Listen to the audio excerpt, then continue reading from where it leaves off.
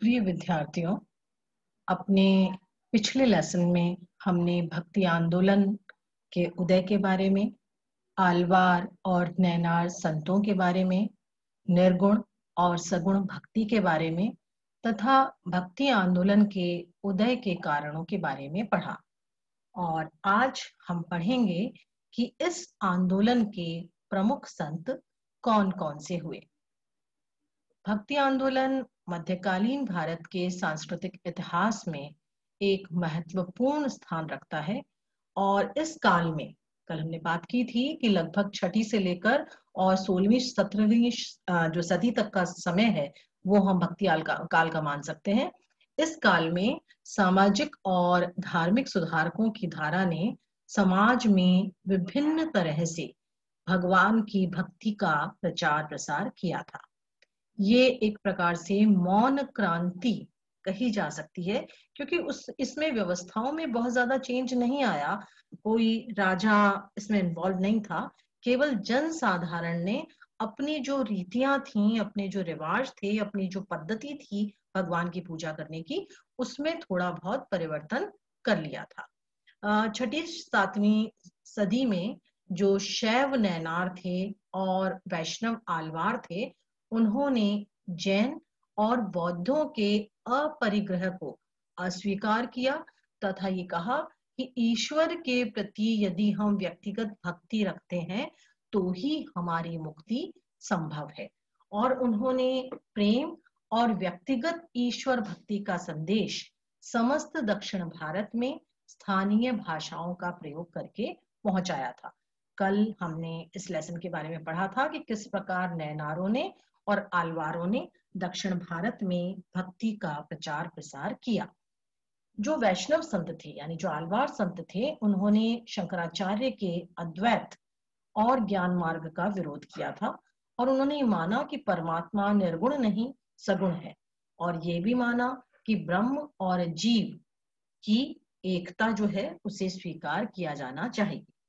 आज हम अलग अलग संतों के बारे में पढ़ेंगे कि किस प्रकार किस संत ने कौन सा मत दिया है और उनके संबंधित मुख्य मुख्य बातें क्या हैं। सबसे पहले आते हैं शंकराचार्य। ये 8वीं सदी के संत रहे। केरल के कलाड़ी गांव में इनका जन्म हुआ और इनको जो उपाधियां दी गई वो थी शंकर का अवतार, क्योंकि ये शैव को मानने वाले थे, शिव को मानने वाले थे, तो इन्हें शंकर का अवतार माना गया तथा प्रच्छन्न बौद्ध कहा गया, क्योंकि ये बौद्धों की महायान शाखा से प्रभावित थे, इसलिए इन्हें प्रच्छन्न बौद्ध कहा गया। इनके गुरु का नाम था गोविंद। सांस्कृतिक एकता के लिए इन्होंने भारत के सुदूर चारों दिशाओं में 4 पीठों की स्थापना की। बद्रीनाथ में इन्होंने ज्योतिष पीठ की स्थापना की जो उत्तराखंड में है। फिर उड़ीसा में इन्होंने गोवर्धन पीठ की स्थापना की। कर्नाटक के मैसूर में श्रृंगेरी पीठ स्थापित की गई और द्वारिका में शारदा पीठ स्थापित की गई। इन्होंने बहुत सारी रचनाएं लिखी हैं, जिनमें से मुख्य रचनाओं के नाम हम ले सकते हैं, जैसे गीता भाष्य, प्रपंच सारतंत्र, विवेक चूड़ामणि और उपदेश सहस्त्री। ये सब इन रचनाएं इन्होंने की जो संस्कृत के अंदर की गई, संस्कृत भाषा में इन्होंने लिखा है। इन्होंने जो मत दिया वो था अद्वैतवाद। अद्वैतवाद ये मानता है कि ब्रह्म सत्य है और ये जगत मिथ्या है, इस तरीके से। और यानी जो जगत है उसको माया के रूप में हमें वो सत्य लगता है, जबकि वास्तव में वो सत्य नहीं है। ब्रह्म और आत्मा एक ही हैं। इसके अतिरिक्त जो संप्रदाय इनके द्वारा चलाया गया वो था स्मृति संप्रदाय। मात्र 32 वर्ष की आयु में शंकराचार्य का निधन हो गया। इसके बाद अगले संत आते हैं जो 11वीं सदी के हैं, रामानुजाचार्य। तमिलनाडु के पेरम्बदूर में इनका जन्म हुआ और ये विष्णु के उपासक थे, वैष्णव संत थे। इनके गुरु के नाम थे यमुनाचार्य तथा यादव प्रकाश। इन्होंने जो मुख्य रचनाएं लिखी, रचनाएं तो इन्होंने बहुत सारी लिखी हैं, लेकिन जो मुख्य रचना इनकी उल्लेखनीय है वो है श्री भाष्य और वेदांत संग्रह। इन्होंने भी संस्कृत भाषा में ही अपने ग्रंथों का प्रणयन किया। जिस संप्रदाय की इन्होंने स्थापना की वो था श्री संप्रदाय।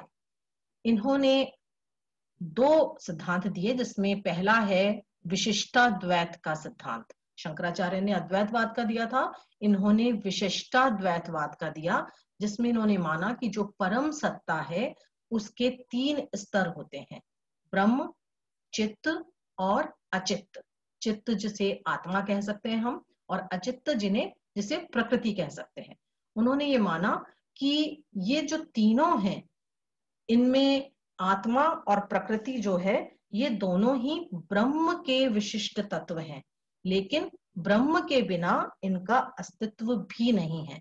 तो यानी ये विशिष्ट भी हैं और अद्वैत भी हैं, ब्रह्म के बिना इनका अस्तित्व भी नहीं है। तो इसलिए ये विशिष्टाद्वैतवाद का मत हो गया। एक और सिद्धांत उल्लेखनीय है प्रपत्ति का सिद्धांत, जिसे हम शरणागति का सिद्धांत भी समझ सकते हैं। इसमें रामानुज ने कहा कि श्रद्धा और भक्ति से यदि ईश्वर की पूर्ण चरण में चला जाए, समर्पण कर दिया जाए, तो मोक्ष की प्राप्ति संभव है। इसके बाद 12वीं सदी के संत आते हैं निम्बार्काचार्य, जो वर्तमान तेलंगाना है, उसके वेदूरपट्टनम गांव में इनका जन्म हुआ। इनके बचपन का नाम हमें नियमानंद मिलता है और इन्हें सुदर्शन चक्र का अवतार माना गया। इनके जो आराध्य देव थे वो थे राधा कृष्ण का युगल स्वरूप। इन्होंने माना कि राधा जो है वो शक्ति है और कृष्ण ब्रह्म का रूप है, इसलिए उन दोनों के युगल रूप की ही इन्होंने उपासना की। इनके जो गुरु थे वो नारद थे। इन्होंने भी एक मत दिया जो था द्वैताद्वैतवाद, जिसे भेदा भेद का नाम भी दिया जाता है। दोनों एक ही चीजें हैं, चाहे द्वैताद्वैत बोलिए चाहे भेदा भेद बोलिए। इसका अर्थ क्या है कि जीव, अजीव और ब्रह्म, ये तीनों ही अपने अपने स्वभाव, गुण और अभिव्यक्ति में अलग अलग हैं, लेकिन यदि तात्विक दृष्टि से देखा जाए तो ये एक ही है। इस प्रकार इनका यह सिद्धांत था। इन्होंने जो संप्रदाय की स्थापना की उसे 3 नामों से जाना जाता है, एक तो निम्बार्क संप्रदाय, एक हंस संप्रदाय और सनक संप्रदाय। कोई सा भी बोलिए, चाहे निम्बार्क संप्रदाय बोलिए, चाहे उसे हंस संप्रदाय कह दीजिए, चाहे उसे सनक संप्रदाय कह दीजिए। इन्होंने भी बहुत सारी रचनाएं लिखी, लेकिन उसमें जो प्रमुख रचनाएं हैं वो हैं प्रपत्ति चिंतामणि और वेदांत पारिजात सौरभ, जो संस्कृत भाषा में लिखा गया। इसके बाद जो हमारे अगले संत आते हैं 13वीं सदी के हैं और ये हैं मध्वाचार्य। इनका जन्म कर्नाटक के उडुपी क्षेत्र में हुआ। इनके बचपन का नाम वासुदेव था और इन्हें वायु का अवतार माना गया। आप जानते हैं कि वायु का अवतार यानी पवन पुत्र, और पवन पुत्र के नाम से पहले भी हम देख चुके हैं 2 लोगों को। एक तो हम देखते हैं कि जो भीम है, हनुमान है, ये क्या है, वायु के पुत्र माने जाते हैं। और मध्वाचार्य तीसरे वायु के पुत्र हैं, जिन्हें वायु का अवतार माना गया। इनके जो गुरु हैं वो शुद्धानंद थे। इन्होंने जिस संप्रदाय की स्थापना की वो था ब्रह्म संप्रदाय, और इन्हें 2 उपाधियां दी गई, एक तो पूर्ण प्रज्ञ और आनंद तीर्थ। पूर्ण प्रज्ञ का अर्थ है जिसे पूरी तरह से ज्ञान प्राप्त हो गया हो, और इनकी मुख्य रचना का नाम भी है पूर्ण प्रज्ञ भाष्य, जो संस्कृत भाषा में ही लिखा गया था। इन्होंने जो मत दिया वो था द्वैतवाद का मत, जिसमें ये माना कि ब्रह्म और जीव जगत दोनों ही पृथक पृथक हैं, एक नहीं है। द्वैतवाद यानी इन्होंने 2 ही माना, किसी भी कारण से उनको एक नहीं माना, दोनों की पृथक सत्ता को माना। इन्होंने कहा ब्रह्म तो कारण है और जीव जगत उसके द्वारा किए गए कार्य हैं। इनमें एक प्रार्थना करने वाला है, यानी जो जीव जगत है वो क्या करता है, प्रार्थना करता है, और दूसरा है वो सुनने वाला है। इस प्रकार इन्होंने द्वैतवाद का मत प्रदान किया। इसके बाद आते हैं रामानंद। रामानंद का भक्ति आंदोलन में एक बहुत ही प्रमुख स्थान है, क्योंकि यही वो व्यक्ति हैं जिन्होंने उत्तर भारत में भक्ति आंदोलन का प्रथम रूप से प्रवर्तन किया। जो अब आपने सुना भी होगा, भक्ति द्रविड़ उपजी लाए रामानंद, यानी दक्षिण में उत्पन्न हुई थी भक्ति तो, लेकिन उसे उत्तर भारत में रामानंद के द्वारा लाया गया। रामानंद का जन्म प्रयागराज में हुआ और इनका जो कार्य क्षेत्र रहा वो रहा काशी यानी वाराणसी के अंदर। इनके गुरु का नाम राघवानंद था। इन्होंने राम को अपना आराध्य बनाया और राम सीता का जो स्नेही स्वरूप है उसको इन्होंने माना। उत्तर भारत में, जैसा मैंने आपको प्रारंभ में ही बता दिया है कि उत्तर भारत में भक्ति आंदोलन के प्रवर्तक संत इन्हीं को माना जा सकता है।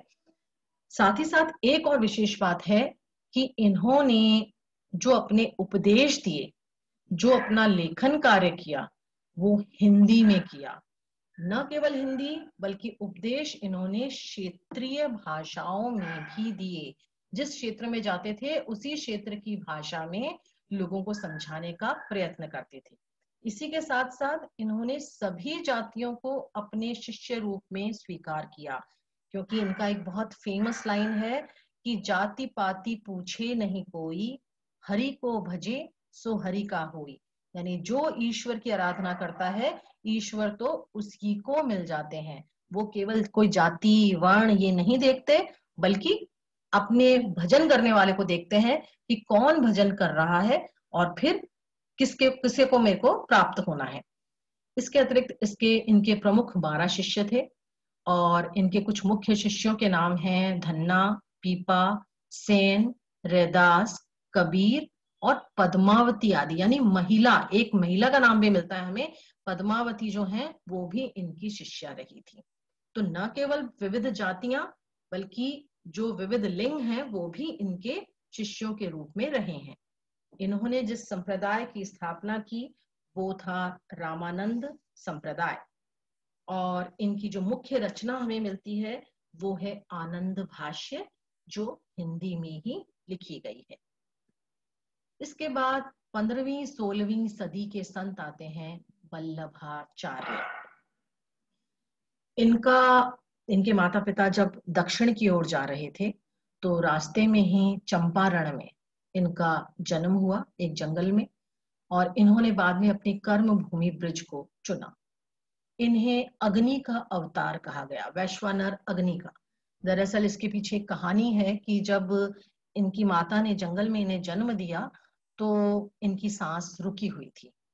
तो इनके पिता ने भी अच्छी तरह इतनी रात्रि में भय के मारे चेक नहीं किया, और चेक नहीं करने के कारण क्या हुआ, इन्होंने सोचा बच्चा मर गया है, तो उन्होंने वहीं पे एक छोटे से गड्ढे में इसको रखा, पत्ते वत्ते ऊपर लगाए और चले गए छोड़ के। जब वो रात्रि में नगर में विश्राम कर रहे थे तो उनको न्यूज मिली कि जो आक्रमण के भय से वो जा रहे थे वो आक्रमण टल गया है। दूसरे दिन पुनः वो अपने नगर की ओर वापस लौटने लगे तो रास्ते में वहीं रुके जहां उन्होंने बच्चे को छोड़ा था। तो उन्होंने देखा कि बच्चे के चारों तरफ एक अग्नि का वो लगा जला हुआ है और बच्चा बीच में बहुत ही सेफली उसके अंदर है। तो उसे अग्नि का अवतार कहा गया। इन्होंने कृष्ण के बाल स्वरूप की पूजा की और उसे नाम दिया श्रीनाथ। आप सब जानते हैं कि राजस्थान का जो नाथ द्वारा है वहां श्रीनाथ जी का मंदिर है और ये वहां पर कृष्ण के बाल स्वरूप के रूप में विराजमान है। कुछ समय तक ये विजयनगर के जो राजा हैं कृष्णदेव राय, उनके दरबार में भी रहे। इसके अतिरिक्त इन्होंने एक मार्ग चलाया जो था पुष्टि मार्ग। पुष्टि मार्ग का मानना होता है कि ईश्वर की यदि अनुकंपा हो जाए तभी भक्ति प्राप्त होती है। पुष्टि मार्गी जो है वो कृष्ण के बाल स्वरूप की आराधना करते हैं और उसकी जो बाल लीलाएं हैं उनका गान करके बहुत ही भाव विभोर हो जाते हैं। लेकिन वो कहते हैं कि केवल यदि ईश्वर की इच्छा है या ईश्वर की आपके ऊपर अनुकंपा है तभी आपको वो जो भक्ति है उसमें आनंद प्राप्त हो सकता है। इसके अतिरिक्त एक मत इन्होंने दिया जो था शुद्धाद्वैतवाद। इसमें इन्होंने कहा कि ब्रह्म, जीव और जगत तीनों ही शुद्ध रूप है और तीनों एक ही हैं। इसके अतिरिक्त वल्लभ संप्रदाय की स्थापना की गई इनके द्वारा, और इनकी जो मुख्य रचनाएं हैं, काफी सारी रचनाएं हैं, जिनमें मुख्य हैं अणुभाष्य, सिद्धांत रहस्य और सुबोधिनी। इन्होंने भी ये हिंदी में ही लिखी। इसके बाद इनके जो शिष्य हैं वो अष्ट छाप के नाम से जाने जाते हैं। 4 शिष्य तो इनके हैं, जैसे कुंभन दास हैं, कृष्णदास हैं, सूरदास और परमानंद। ये 4 तो इनके शिष्य थे, और 4 इनके पुत्र के शिष्य थे, गोविंद दास, नंददास, जीव स्वामी और चतुर्भुज। ये 8 मिलकर जो है इन्होंने नाथ द्वारा के अंदर जो कृष्ण है उनकी सेवा की, और ये अष्ट छाप कवियों के नाम से जाने गए। इसके बाद आते हैं हमारे अगले संत, जो हैं चैतन्य महाप्रभु। इनका बंगाल के नदिया जिले में जन्म हुआ, और इनका जो कर्म क्षेत्र रहा वो थी जगन्नाथपुरी। इनके बचपन का नाम हमें विशंभर मिलता है। इसके अतिरिक्त इन्हें निमाई या निताई के नाम से भी पुकारा जाता था। इन्हें एक संत मिले ईश्वरपुरी नाम के, जिन्होंने इन्हें कृष्ण कृष्ण का मंत्र दिया। इन्हें उपाधियां दी गई विद्यासागर, क्योंकि बचपन से ही बहुत ही तेज प्रखर बुद्धि के थे, और गौरांग महाप्रभु, क्योंकि बहुत ही गोरे थे, इसलिए गौरांग महाप्रभु के नाम से लोकप्रिय हुए। इन्होंने जो मत दिया वो था अचिंत्य भेदा भेद, यानी हमें कोई तर्क या चिंता नहीं करनी चाहिए, ईश्वर एक है या नहीं है, और ईश्वर जो है उसके अलग रूप भी होते हैं और ईश्वर का एक रूप भी है, लेकिन इस विषय पर हमें तर्क या चिंता नहीं करनी चाहिए, केवल ईश्वर के भजन की ओर ध्यान देना चाहिए। एक भजन गायकी की नई शैली संकीर्तन का भी इन्होंने आरंभ किया, जिसमें नृत्य संगीत दोनों के साथ जो व्यक्ति है वो नाचते हुए गाते हुए केवल ईश्वर के नाम का स्मरण करता रहे। इनके एक मुस्लिम शिष्य हरिद्वास द्वारा हरिदासी संप्रदाय की स्थापना की गई। एक दूसरे शिष्य थे वृंदावन दास, जिनके द्वारा चैतन्य भागवत नामक पुस्तक लिखी गई, और एक और शिष्य हैं कृष्णदास, जिन्होंने चैतन्य चरितामृत नामक पुस्तक जो है वो उन्होंने लिखी, जिसमें हमें चैतन्य की शिक्षाओं के बारे में ज्ञान मिलता है। हमने कुछ संत आज किए हैं, और जो अन्य प्रमुख संत बचे हैं हम अपनी अगली कक्षा में उन संतों के बारे में भी अध्ययन करेंगे।